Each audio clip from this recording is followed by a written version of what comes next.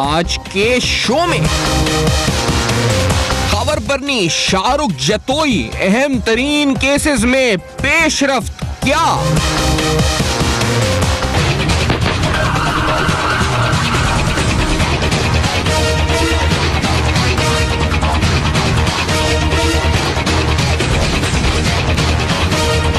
ताकत का बेदरेग इस्तेमाल माशरे पर गहरे असरात।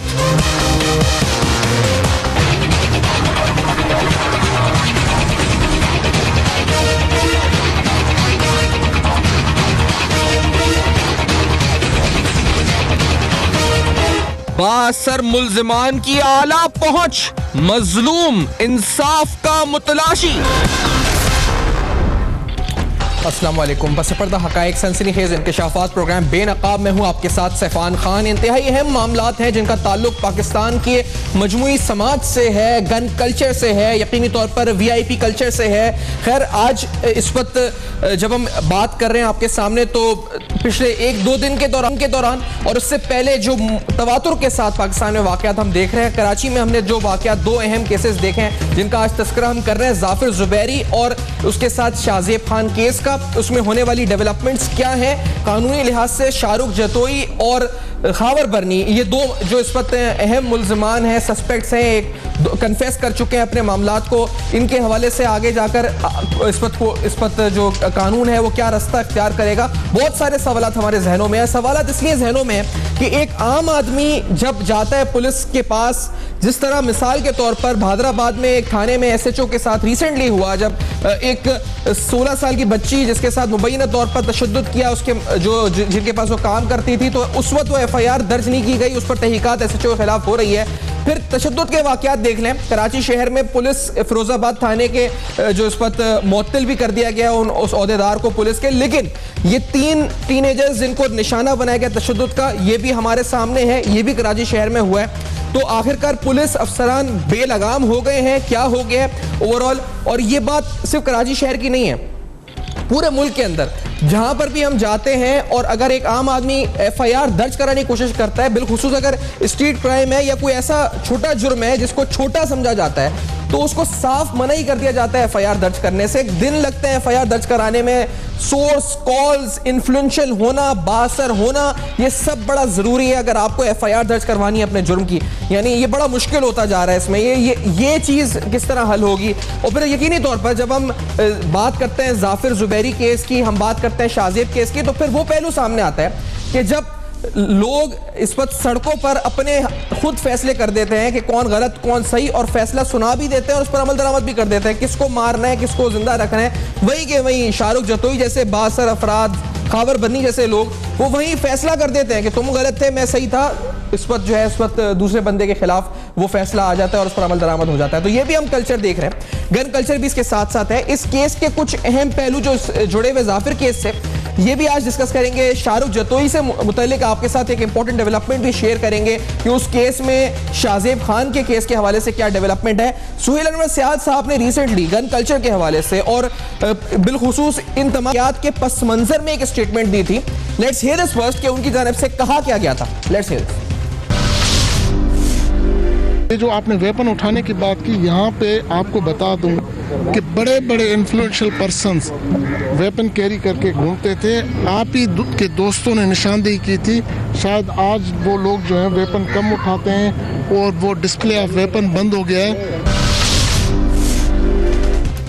डिस्प्ले ऑफ वेपन बंद हो गया है, सोहेल सियाल साहब कहते हैं। और हम जो पुलिस में वाकयात देख रहे हैं पिछले 1-2 दिन से, और यकीनी तौर पर जो जिसके लिए जिस तरह हमने कहा हेडलाइन में जुमला इस्तेमाल किया जी के इंसाफ के मुंतजर हैं, मजलूम जो लोग हैं वो इंसाफ के मुंतजर हैं, होगा या नहीं होगा, मामला किस तरफ आगे बढ़ेगा, ये बहुत से सवालात हैं। लेकिन इसी केस से जुड़े हुए 2 और अहम बयानात आपको सुना दें जाफिर केस से मुतल्लिक, जिसके सिलसिले में सोहेल सियाल साहब ने खन दिया था। एक तो जाफिर के वालिद साहब का बयान, जो हमने उनसे पूछा कि आप अगर कॉम्प्रोमाइज की सिचुएशन आती है जिस तरह शाहजेब केस में आया, तो क्या आप कॉम्प्रोमाइज करेंगे या नहीं करेंगे, तो उनका स्ट्रेट फॉरवर्ड जवाब क्या था इस बारे में। Let's hear this.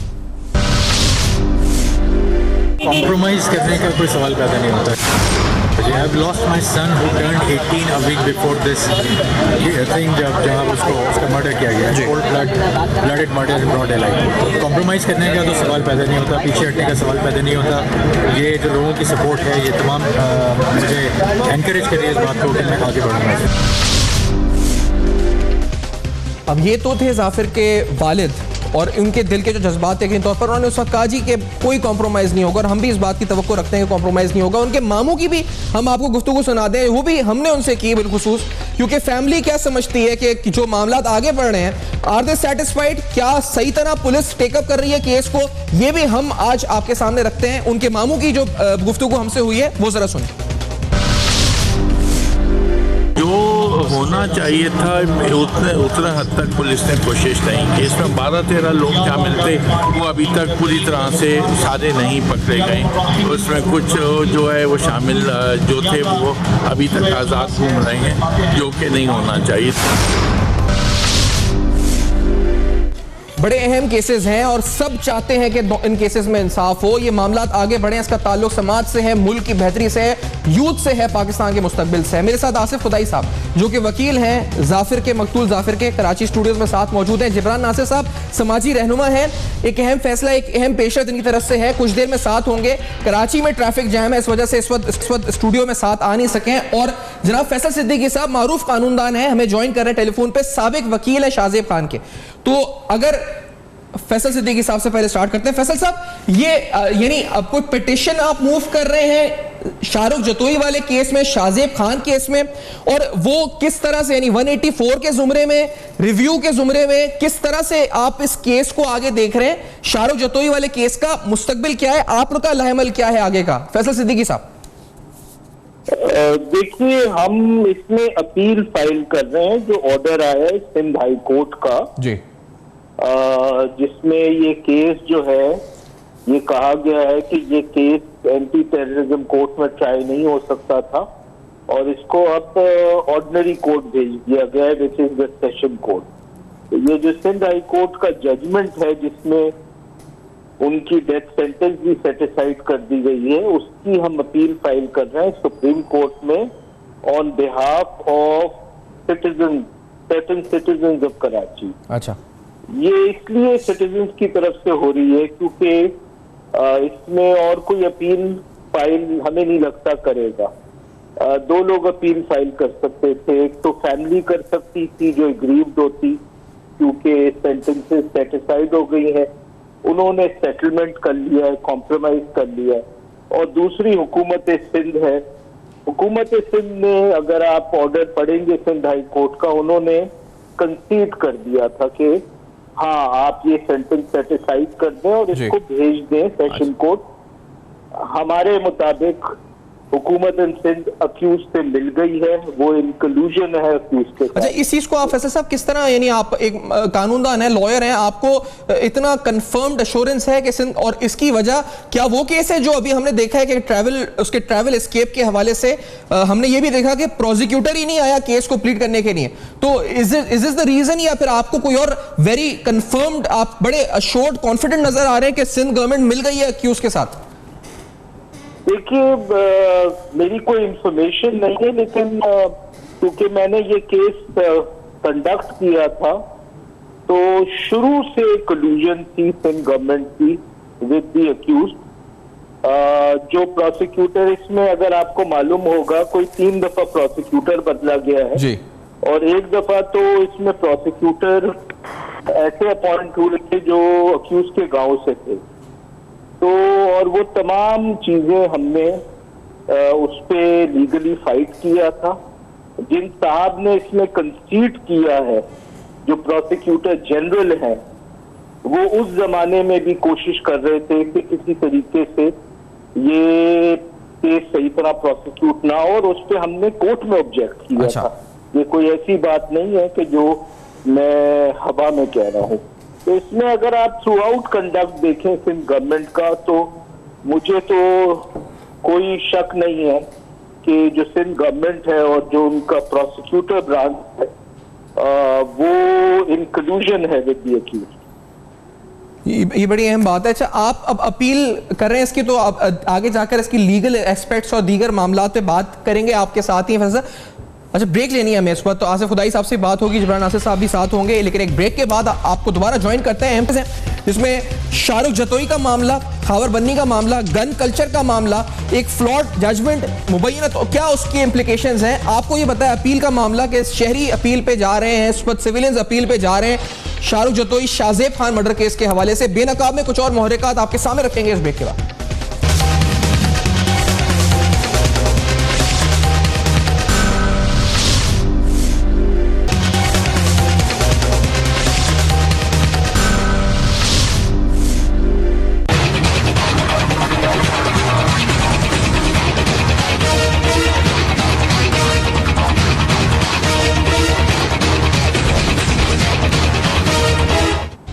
Welcome back. आप देख रहे हैं बेनकाब। बेनकाब में अहम तरीन मामले पर सवाल उठा रहे हैं, शाहरुख जतोई केस, खावर बन्नी केस, आखिरकार ये गन कल्चर और एक जजमेंट सिंध हाई कोर्ट का, फिर उसके बाद रीट्रायल सेशन कोर्ट में शाहरुख जतोई का, उसके बाद आगे क्या हो रहा है ये आपको प्रोग्राम में आगाह किया है। एक फुटेज जो अब एक और सामने आ गया, अभी आपने ब्रेकिंग न्यूज में देखा है अब तक पर ही, जिस फुटेज के अंदर आप फिर दोबारा मंजर वही जो हमने देखा अपनी आंखों से, और हम फिर सोचते हैं आखिरकार ये कैसा निज़ाम हो चुका है, जहां पर एक आम आदमी आज आप देखें तो अंसार अब्बासी साहब की स्टोरी, वो अपनी FIR वो इस्लामाबाद पुलिस की बात करते हैं, वो भी कहते हैं मैं दर्ज कराने जाता हूँ एक डकैती की, तो वहां पर जो उनका एक्सपीरियंस है उन्होंने बताया कि इस्लामाबाद में भी वो ये एक्सपीरियंस फेस करते हैं कि जब वो जाते हैं किसी, वो एक नाम है उनका, तो जाकर FIR दर्ज हो जाती है, लेकिन एक आम शहरी की ना FIR दर्ज होती है, और फिर ऐसे सलूक भी हम देखते हैं। अब ये किस वजह से हो रहा है ये भी हमें पता है जी, लड़की को छेड़ा या क्या हुआ, खुद ही जजमेंट दिया, खुद ही फैसला सुनाया और उनको मारना शुरू कर दिया। बेलगाम क्या पुलिस हो चुकी है, ये भी बड़ा इंपॉर्टेंट सवाल है। जिब्रान नासिर साहब भी हमें ज्वाइन कर चुके हैं, मारूफ समाजी कारकुन है,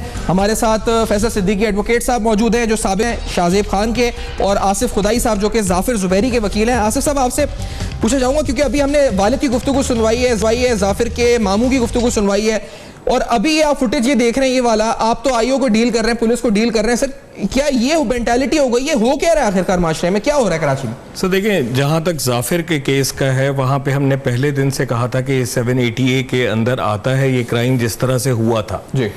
अब क्योंकि उन्होंने उसमें 780A उस वक्त ऐड नहीं की थी, और हमारे साथ ये था कि जब बाद में SSP साहब से ही मुलाकात हुई थी तो उन्होंने कहा था कि इन्वेस्टिगेशन के दौरान में हम देखते हैं कि अगर इसमें 780A अट्रैक्ट करती है नहीं करती है। मैं आज भी अपने स्टेटमेंट में फर्म हूँ कि 780A जिस तरह से ये क्राइम हुआ है अट्रैक्ट करती है और लगनी चाहिए चार्जशीट के अंदर। अब क्योंकि चार्जशीट फाइनलाइज होने में 2 से 3 दिन रह गए हैं, वो देखें फाइनलाइज होती है तो फिर हमें सरफेस होगा कि ये 780A ऐड हो रहा है या नहीं हो रहा है। अपेरेंटली ऐसा ही लगता है कि पुलिस अवॉइड कर रही है 780A को ऐड करने। अभी तक वो जो मुल्ज़िमान है वो गिरफ्तार नहीं हुए, उनके मामू से जो हम्माद और दानिश और जुनेद, हम्माद और जुनेद, वो 2 गिरफ्तार नहीं हुए हैं इसमें, वो भी अक्यूज्ड है ना इसमें जी बिल्कुल। इसमें जो है जो मेन अक्यूज है खावर बर्नी, वो अरेस्ट हो गया था, उसकी आइडेंटिफिकेशन परेड हो गई है। इसके अंदर दूसरा जो वो डॉक्टर रहीम साहब का गार्ड था वो गिरफ्तार हो गया है, उसने बल्कि मजिस्ट्रेट की कोर्ट में अपना कन्फेशनल स्टेटमेंट भी रिकॉर्ड करवा दिया है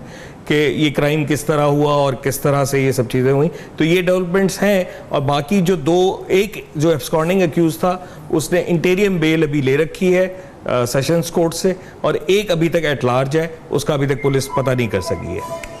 और अभी तक आपको पुलिस क्या कह रही है कि गिरफ्तार कर रहे हैं या ढूंढ रहे हैं? वही एक्सक्यूजेस देती है कि जी छापे मार रहे हैं, जहां पे एड्रेसेस हमें इल्म में हैं, ये हैं वो हैं, छापे मार रहे हैं, मगर still as I said before कि पुलिस की जो प्रोग्रेस है that is not as it should be. अच्छा जिब्रान, आपने जो फैसला किया है इस वक्त, आप पिटिशनर, आप दरख्वास्त गुजार बन रहे हैं इस अपील में शाहरुख जतोई की। फैसल सिद्दीकी साहब ने कुछ ब्रीफ उसका हमें बताया भी और उनसे और बात करनी है लीगली भी, लेकिन ये उन्होंने एक अहम बात कर दी, उन्होंने कहा Sindh government is with the accused, is siding with the accused. तो ये तो बड़ा मजबूत फिर मामला बन जाता है, कोई नेक्सस है क्या है शाहरुख जतोई का सिंध हुकूमत के साथ, और आप उसके खिलाफ खड़े हो रहे हैं, अपील दायर कर रहे हैं, क्या कर रहे हैं आप आगे?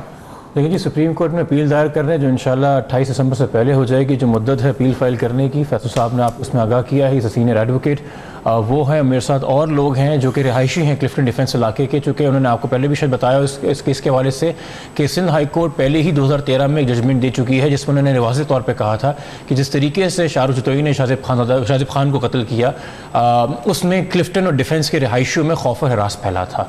और यही बात जो हम जाफिर केस में अगर आके देखें देखिए, टेररिज्म जब हम अक्सर जिक्र करते हैं तो ऑफकोर्स कन्वेंशनली टेररिज्म से मुराद होती है कि कोई गिरोह की बात हो रही, कोई तंजीम की बात हो रही है, कोई जुनूनी ग्रुप है जो किसी एक आइडियोलॉजी के साथ एक कार्रवाई करता है जिसका उसका मकसद होता है। मगर हमारा जो ये कानून है एंटी टेररिज्म एक्ट, ये सिर्फ टेररिज्म केसेस के लिए नहीं बना, ये हीनियस क्राइम्स के लिए भी बना है। कुछ ऐसे क्राइम्स जो इस तरीके से किए जाएं कि आपके सामने के वाजे हो कि इससे डर और खौफ फैलेगा।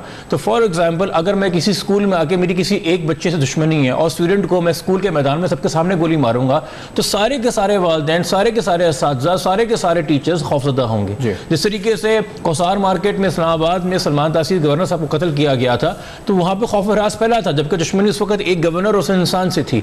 तो कुछ इस तरह के एक्ट्स होते हैं जो टेररिज्म की मद में आते हैं, जो कि वो किए इस अंदाज से जाते हैं। जहाँ तक आपके नेक्सस की बात करें और सारी बात करें, देखिए ये हमारे सामने बात आया होनी चाहिए कि कानून जो है वो सबके लिए माशरे में बराबर नहीं है। इसमें मैं सिर्फ सियासतदान को नहीं बोलूँगा। आजकल एक वीडियो वायरल हुई हुई है, एक बहुत बड़ा वकील, मैं खुद वकला बरादरी से हूँ, एक बहुत बड़ा वकील को रोका जाता है CVO पे इसी जाफिर ज़ुबैरी केस के बाद कि जी रेसिंग वेसिंग ना करे। वो पुलिस वालों को ताना मार देता है कि तुम जाहिल लोग गाँव से आके हमें सिखाते हो। दूसरी तरफ आप मुझे एक वीडियो दिखा रहे हैं कि पुलिस वाला DSP लोगों की मार लगा रहा है। किसी तरफ हमारे सामने केस आया था कि इस्लामाबाद का जज है, वो कम उम्र बच्ची को अपने घर में रख के उस पर तशद्दुद करता है और उससे काम कराता है। तो वकला, पुलिस और अदलिया का तो ये किरदार है। फिर सियासतदान, ऑफ कोर्स इस तरीके से वो सियासतदान जो करप्शन के इल्ज़ाम में बाहर भाग जाते हैं और वापस आते हैं और उनकी ताजपोशी होती है। अब इस मुल्क में कानून इस तरीके से इतलाक उसका होता है कि आपकी गाड़ी की नंबर प्लेट येलो है या हरी है, आपकी गाड़ी के पीछे गार्ड बैठे कि नहीं बैठे, उस पर एंटीना लगा हुआ है कि नहीं लगा हुआ। मैं बतौर शहरी अगर मेरी कोई गाड़ी मारे, मुझे कोई बदतमीजी करे, मेरे खानदान को हिरासा करे, मैं सिर्फ ये सोच के खामोश हो जाऊं कि यार उसकी गाड़ी में गार्ड्स बैठे हुए हैं, वो गोली मार देंगे, उनके पीछे कोई आ जाएगा तो मैं तो अपने हक की बात तक नहीं कर सकता, लड़ना तो दूर की बात है। सही बात है। नहीं, लेकिन मैं जिब्रान, आपने शहरी की बात की है, मैं आप जिस केस को लेकर आगे बढ़ रहे हैं शाहजेब वाला, इसमें तो एक बहन है जिसके साथ बदतमीजी होती है, छेड़ा जाता है, जो भी लाशारी करता है, फिर वो बहन शिकायत करती है अपनी वालदा से, वालदा बेटे को बुलाती है कि बहन के पास आओ, उसको प्रोटेक्ट करो। तो ये सारा जो आपस में फसाद या जो भी आगे मामला बढ़ता है और फिर उसके बाद ये मामला कत्ल तक जाता है शाहजेब के। अब एक बहन अगर खुदा ना खास्ता कोई हैरेस होती है तो वो सोचेगी अपने भाई को, अपनी वालदा को बताने का कि अगर उसको पता है कि जो शाहजेब के साथ हुआ है जिस तरह से, वो सोचेगी कि अगर कोई छेड़ता है उसको, वो सोचे कि मैं अपने भाई को बताऊं तो आगे से जो दूसरे गुंडा ग्रुप है वो मेरे भाई को मार ही ना दे, वो चुप हो जाएगी इस पर, ये आगे बताएगी, अपनी आवाज उठाएगी इसके ऊपर। देखिए, मैं सवाल से तो नहीं कह सकता, मैं आपको ये कह रहा हूँ ना कि जब आपको ये पता हो कि सामने वाला एक इन्फ्लुएंशियल बैकग्राउंड से है, यानी कि SHO भी कहे कि यार जब तक DPO या DSP या SSP नहीं कहेगा मैं FIR नहीं काट सकता, तो फिर इंसान किस हवाले से जाएगा। मैंने आपसे फिर कहा, हमारे माशरे में कानून बराबर से तलाक नहीं होता। आप सब छोड़ें, इस वक्त वो दोस्त आपने भी आके मार्च CU पे कवर किया था, वो दोस्त जो जाफिर के हिम्मत करके निकले, 18 साल के, 17 साल के, 16 साल के बच्चे हैं, उनके वालिदैन पे इस वक्त इतना खौफ तारी है, उनको स्कूल से जिस तरीके से वापस लेके आया जा रहा है कि यार तुम्हें ना अटैक कर दिया जाए, तुम आगे इंसाफ के लिए आके बोल रहे हो। और अंदाज़ा करें, एक बात बड़ी अच्छी की और सारे वालिदैन करते हैं। मशाल खान के वालिद ने ये बात की थी कि मैं चाहता हूँ कि मेरे बेटे के बाद किसी के साथ ऐसा ना हो। फ़हीम ज़ुबैरी साहब ने ये बात की जाफिर ज़ुबैरी के साथ। मगर मैं एक तरीके से सुबह से सोचता हूँ, किस वालिदैन की ख्वाहिश है कि अगर उनकी औलाद मिसाल बने किसी के लिए तो इन हालात में बने, जब वो उनसे दूर जा चुकी, जब उसका कत्ल हो चुका है और वो खाकर इंसाफ की लड़ रहे हैं। पढ़े लिखे बच्चे जिन्होंने कॉलेज जाना है, इस मुल्क का नाम रोशन करना है, ब्रेन ड्रेन के खिलाफ फैसला करके मुल्क में रहना है, मुल्क के लिए सोचना है, उनको 18 साल की उम्र में हमने एक्टिविस्ट बना दिया कि सड़कों पे आके एहतजाज करो ताकि तुम्हारे लिए कोई एक्शन लिया जाए, ताकि इस FIR के अंदर सही किस्म की जो लॉज हैं, 80 हैं, उनका इतलाक हो सके। यानी कि सिर्फ इस वक्त कानून काफ़ी नहीं है, आपका सड़कों पे आना ज़रूरी है, आपका मीडिया पे बैठना ज़रूरी है, आपका शोर मचाना ज़रूरी है, चूंकि law system, criminal judicial system अपने आप में इंडिपेंडेंटली काम करता नजर नहीं आ रहा। सही बात है। अच्छा आसिफ हुदाई साहब, ये आप, क्योंकि ये तो जिब्रान अपील भी कर रहे हैं इस पर सुप्रीम कोर्ट में शाहरुख जुतई वाले मामले की, जो 88 क्लॉजेस थे, हमने मीडिया में काफ़ी प्रेशराइज भी किया। अच्छा, इससे पहले फैसल सिद्दीकी साहब आपसे भी पूछ लो पहले कि आसिफ हुदाई साहब से पहले, सर ये अपील का नेचर, यानी किस क्लॉज 184 के तहत आप पब्लिक इंटरेस्ट में जा रहे लिटिगेशन में, किसके तहत? यानी ये सवाल तो नहीं आगे से होता आपको कि आप तो पार्टी नहीं है केस में और जो पार्टी है रिलेवेंट वो यहाँ है नहीं पाकिस्तान में, वो चले गए उनके वालिदैन यहाँ से, और उनके बारे में भी चेमे वही है कि डील हुई, कोई कॉम्प्रोमाइज हुआ, 27 करोड़ तो डिफेंस में, अजीब अजीब सी बातें हैं। तो इस सिचुएशन में आपसे ये सवाल हो सकता है कि आप किस हैसियत में अपील कर रहे हैं, लीगली आपका ग्राउंड क्या है? देखिए, ये अपील जो होगी ये 184 में नहीं होती है, क्योंकि 184 में डायरेक्ट पिटिशन होती है, अपील होती है 153। 185 में 2 किस्म की पार्टीज अपील कर सकती हैं किसी भी जजमेंट के खिलाफ। एक वो जो पार्टी थे उस केस में निचली अदालत में यानी हाई कोर्ट में, और वो लोग भी अपील कर सकते हैं जो जजमेंट से अफेक्टेड, तो नॉन पार्टीज भी अपील कर सकते हैं। ये सुप्रीम कोर्ट का लॉ जो है काफी पिछले 40-50 साल से इससे सेटल्ड है। अब ये नॉन पार्टीज किस अफेक्टेड है, जैसे के लोग किस तरह अफेक्टेड, ये इस तरह अफेक्टेड है कि आपका जो इनका प्रोसिक्यूशन है, जो फैमिली है जी, वो एक ऐसा मामला जो इनके ख्याल में एक टेररिज्म का मामला है, जिसमें टेरर एक्ट है, जिसमें defence of Christian in particular और कराची इन जनरल और मेरे ख्याल में पूरे मुल्क को अफेक्ट किया है जी, वो कुछ लोगों ने आपस में मिलकर सेटल कर ली। तो इससे आपका पूरा legal system as far as prosecution of serious crimes जो है, खास तौर पे ऐसे क्राइम जो टेरर फैलाते हैं, वो इन क्वेश्चन हो गए। यानी आपका क्रिमिनल जस्टिस सिस्टम आवाज में निशान पैदा हुआ है, और ये यही सवाल लेके सुप्रीम कोर्ट जा रहे हैं कि क्या ऐसा हो सकता है कि इतने इम्पोर्टेंट केसेस में कुछ लोग आपस में बैठ के प्राइवेट सेटलमेंट कर लें, और वो कैसा भी एक्ट हो, उस पर जो भी टेरर फैले, वो जितना भी हीनियस हो, कोई उसके बारे में कुछ ना कर सके। तो ये क्वेश्चन है ऑफ पब्लिक इम्पोर्टेंस जो सुप्रीम कोर्ट डील करेगा। अगर आप मुझे 2 मिनट और दें जी जी, तो देखिए इस केस की जो अहमियत है शाहरुख बितोई वाले केस की, वो ये है कि इसने एक प्रेसिडेंट सेट किया था कि पहली दफा बहुत अरसे बाद, अगर पहली दफा नहीं, एक स्विफ्ट प्रोसिक्यूशन हुई थी एक हीनियस टेरराइजिंग क्राइम की।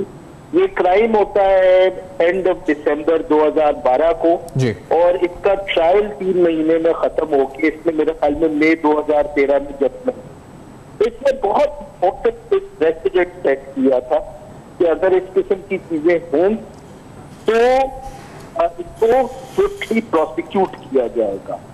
इस ऑर्डर के बाद जिसने उस जजमेंट को खत्म कर दिया है, उस ट्रायल को खत्म कर दिया है, इसने वो सवालिया निशान दोबारा कर दिया, जिस वजह से लोग सड़कों पर निकले थे कि क्या इस किस्म के टेरराइजिंग क्राइम की स्विफ्ट प्रोसिक्यूशन हो सकती भी है या नहीं। अब वो सवाल दोबारा आ रहा है। सही, ठीक है। और आसिफ खुदाई साहब, आप क्योंकि जाफिर के वकील हैं और एंटी टेररिज्म क्लॉज का जिक्र पहले, क्योंकि ये जो शाहजेब ये मर्डर केस की ये अपील कर रहे हैं, ये बड़ी बात है। मैं इसमें सिर्फ एक चीज क्लियर करूंगा कि बेसिकली देखें, ये रिस्पॉन्सिबिलिटी स्टेट की है, ना कि हम इंडिविजुअल्स की है, कि वो अगर कोई फैसला आया है और वो उससे एग्रीव्ड होते हैं पब्लिक एट लार्ज, तो इनिशियली तो ये प्रोसिक्यूटर जनरल की रिस्पॉन्सिबिलिटी थी कि वो जाते अपील में या फिर वो इस चीज़ को वो करते। एक चीज़।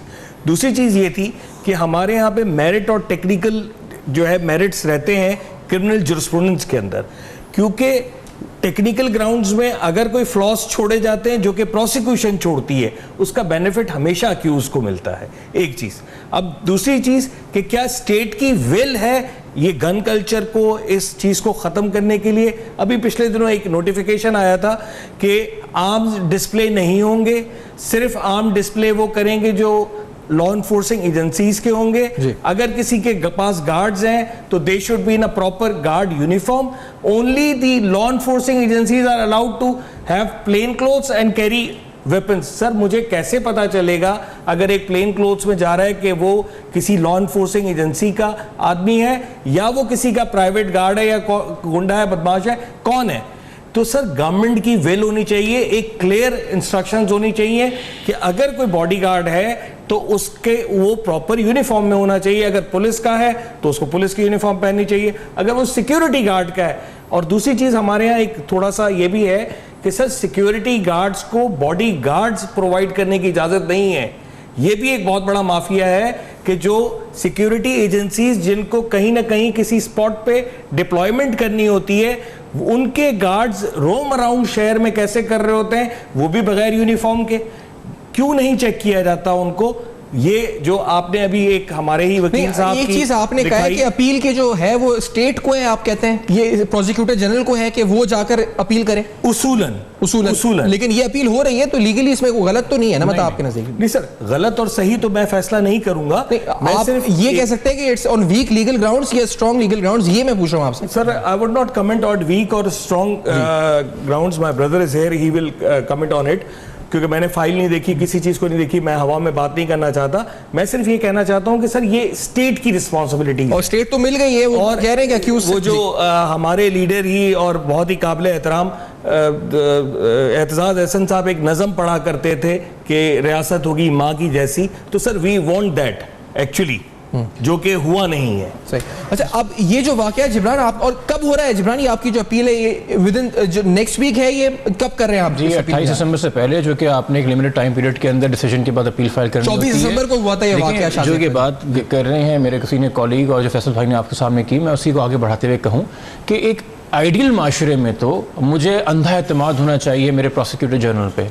एक आइडियल माशरे में मुझे अंधा एतमाद होना चाहिए रियासत के ऊपर कि एक जुर्म हुआ है, रियासत पार्टी बनती है क्रिमिनल केस में, it is always accused versus the state, और स्टेट ने परस्यू करना है। चूंकि हम अदम एतमाद का शिकार हैं, चूंकि हमारे सामने ऐसी बातें आई हैं, ऐसे बयानात आए हैं, कोर्ट के अंदर शाहजेब के ट्रायल के थ्रू हमने ऐसी चीज़ें देखी हैं कि सियासी असर रसूख इस्तेमाल हुआ है कि हम आम शहरी जो डायरेक्टली इस केस का हिस्सा नहीं थे, यानी कि हमारे ख़ानदान से ना मारने वाला था ना मरने वाला था, मगर उस इलाके में रहते हुए, शहर में रहते हुए, उसकी वजह से जो एक फ़िज़ा कायम हुई है कि हम जानते हैं कि अमीर अपनी जेब में पैसे लेके घूमता है, ये सोचे कि किसी को मार दूंगा तो कोई बात नहीं, दियत देके छुट जाऊंगा। सामने वाले का अमीर होना, मजबूत होना ज़रूरी है कि नहीं है, प्लस सियासी रसूख आता है, सब कुछ आता है। ये बहुत सारी बुरी और गलत किस्म की रवायत कायम होगी अगर शाहजेब का केस आप लोगों ने इस वजह से ख़त्म किया, क्योंकि अमीर तो फिर यही सोचेगा कि यार मैं पर्सनल मोटिव के चक्कर में निकल आऊँगा, बेशक किसी कोर्ट ने से टेररिज्म कहा हुआ है, मैं बेंच बदलने का इंतजार करूँगा, मैं किसी और जज से कोई और जजमेंट ले लूँगा, और पैसे और सियासी रसूख तो मेरे पास है ही कि मैं दियत दे के छुट जाऊँगा। दियत भी इस्लाम का बहुत एक अहम कानून का इसमें कहते हैं प्रोविजन है, मगर वो उस माशरे में है, उस इस्लामी माशरे में है जहाँ कातिलों को, गुनहगारों को, मुजरमों को शर्म और हिकारत की नजर से देखा जाता है। ये नहीं कि आप जब जेल जाएं तो पहली बार आपके साथी बोलते हैं कि मुबारक हो, आपके सियासी कल्चर का आगाज हो गया, जिब्रान वो उल्टा प्रमोट किया जाता है, जेल जाते हैं, वो हंस रहा होता है, उसकी आप जितनी फुटेजेस देखें उसके ऊपर एक स्माइल होता है, कोई रिमोर्स नहीं है। वो एक और बात है, और वो उनके वालिदैन की तरबियत है कि उनको ताकत का नशा चला हुआ। या आपने मुझसे बात की थी कि जब ये खावर भी गिरफ्तार हुआ था तो उसको भी ठाट बाट जेल के अंदर, सेल के अंदर दिए जा रहे थे, लॉकअप के अंदर। मैं आपसे फिर वो बात करूंगा कि देखें, ये एक बहुत बड़ी एक आप कह लें कि जो फ़र्क है, जो डिवाइड है हैव्स और हैव नॉट्स का। इस पे ब्रेक के बाद आगे से कंटिन्यू करते हैं इस डिवाइड का, हैव और हैव नॉट्स का, और इस पर क्योंकि दो केसेस और भी हैं। भादराबाद के अंदर रिसेंटली जो एक कयूमाबाद का मामला जो गया थाने में, एसएचओ ने एफआईआर इनिशियली दर्ज करने से इनकार कर दिया था। दूसरा मामला अभी हम देख रहे हैं जो फुटेजेस की सूरत में है। आखिरकार ये जो अहम प्रेसिडेंट, क्योंकि शाहरुख जतोई केस अगर इस पर मामला फैसला आ जाता तो सबने यही कहा था कि एक और जाफिर ना होता अगर एक सही तरह से मामला प्रेसिडेंट सेट हो जाता। यहां से आगे बात किस तरह बढ़ेगी इस ब्रेक के बाद।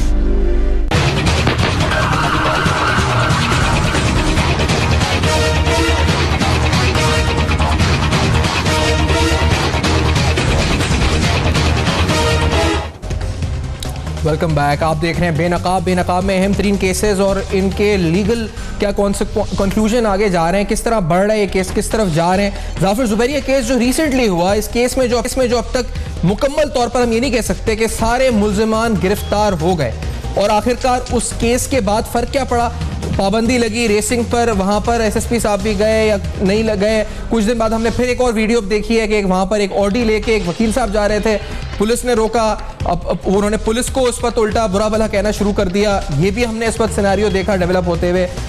ये माशरे में इस वक्त सरायत कर चुकी है चीज़, ये क्या है, किस तरह रोका जा सकता है। शाहरुख जतोई वाला मामला ले लें। अब शाहरुख जतोई वाले मामले में जब तक हतमी नतीजे तक नहीं पहुंचता, कोई मामला सजा नहीं होती, सबको पता है, सबने देखा है, बहुत से ऐनी शायद नहीं, बहुत से लोगों ने दहशत महसूस करी उस पूरे मामले की और इस मामले की भी। तो आगे बढ़ेंगे किस तरफ। पहले फैसल सिद्दीकी साहब आपसे ये, क्योंकि ये जो अब केसेस हैं जो आप इसको आगे लेके जा रहे हैं, दूसरा जाफिर जुबैरी वाला केस है, बहुत से लोगों ने कहा कि ये ATA क्लॉज इसमें होना चाहिए था जाफिर जुबैरी में। ये नहीं शामिल किया गया। आपको लगता है कि जो दोनों केसेस हैं, शाहजेब जिसको आपने टेकअप किया, आप खुद वकील थे, ये सिमिलर सर्कमस्टांसेस थी या समथिंग डिफरेंट, या कुछ और फर्क था इन दोनों में? देखिए, क्योंकि मैंने इन डिटेल वो केस देखा नहीं है तो मैं उस पर कोई हतमी बात नहीं कर सकता। बज़ाहिर लगता है कि एक जैसे केसेस हैं। अच्छा। लेकिन शाहरुख जतोई की जो सिंध हाई कोर्ट की जजमेंट है जिसमें उन्होंने ये कह दिया है कि ये एटीसी का केस नहीं है, उसके बाद तो मेरा नहीं ख्याल बड़ा मुश्किल होगा कि जाफिर वाले केस में एटीसी और एटीसी की जुरिस्डिक्शन बनाई जाए जी। इसीलिए ये केस बड़ी अहमियत रखता था और ये जो फैसला है जो हमारी नजर में गलत है सिंध हाई कोर्ट का, ये अहमियत रखता था।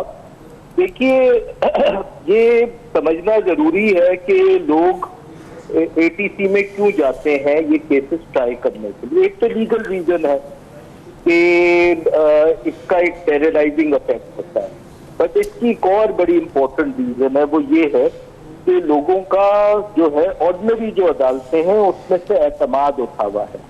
वहाँ पे केसेस में बहुत देर लगती है, वो केसेस कॉम्प्रोमाइज हो जाते हैं, या तो प्रोसिक्यूशन उसको सही तरह प्रोसिक्यूट नहीं करती या उसमें गलत फैसले आते हैं। तो वो जो लोगों का एतमाद उठा है ऑर्डिनरी अदालतों से, जिसे हम सेशन कोर्ट कहते हैं या मैजिस्ट्रेट कोर्ट कहते हैं, उसकी वजह से रिलेटिवली स्पीकिंग लोगों का एटीसी पे कुछ कॉन्फिडेंस है। तो ये बड़ा जरूरी है कि ये बात समझी जाए कि ये एक ओवरऑल प्रॉब्लम की तरफ पॉइंट आउट कर रहा है। इसलिए इसमें जो प्रोसिक्यूटर जनरल ने जो कंसर्न दी या जो कॉम्प्रोमाइज किया सिंध हाई कोर्ट के सामने in favour the Shahrukh Jatoi से, उसकी अहमियत बहुत इंपॉर्टेंट है। क्योंकि अगर आपका स्टेट ही प्रोसिक्यूट नहीं करना चाहता तो फिर कोई उम्मीद नहीं बचती कि क्रिमिनल जस्टिस सिस्टम में कोई प्रोसिक्यूशन होगी। और अभी वकील साहब कह रहे थे कि वैसे तो इन प्रिंसिपल उनको अपील करनी चाहिए। देखिए, मीर सकीर फिर बहुत पहले कह गए थे कि क्या सादा मार हुए जिसके सबब उसी अतार के लौंडे से दवा लेते हो, तो अब वो अतार का लौंडा जो है स्टेट वो तो दवा दे नहीं रहा, तो सिटीजन्स को ही कुछ करना पड़ेगा।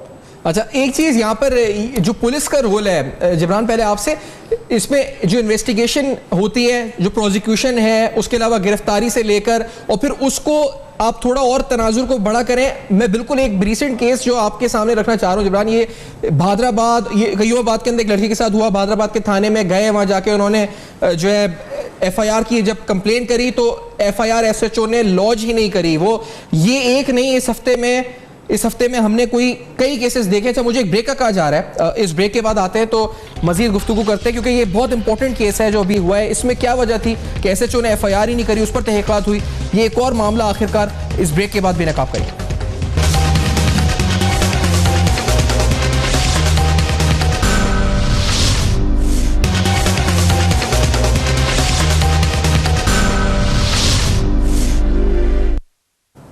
Welcome back. आप देख रहे हैं बेनकाब। बेनकाब में अहम तरीन मामला जिनका ताल्लुक इंसाफ से है, जिनका ताल्लुक बहुत से माशरे के दीगर मसाइल से। जिब्रान साहब, मैं अभी बात कर रहा था एक लड़की का मामला, FIR दर्ज नहीं कर रहे थे पुलिस वाले, उसके बाद फिर SP इन्वेस्टिगेशन बैठे, उन्होंने इन्वेस्टिगेशन करी SHO के खिलाफ। एक आम आदमी तो जाके यहाँ पर कुछ स्ट्रीट क्राइम पर ही हमने इस हफ्ते ढेरों प्रोग्राम किए हैं। हर आदमी की कंप्लेन ये है कि हमारी तो मिरर छिन जाए, साइड मिरर या ये, तो उसको तो कोई जुर्म ही नहीं समझता। वो कहते हैं क्या है ये, क्यों आ गए हमारे पास थाने में, FIR ही दर्ज नहीं होती।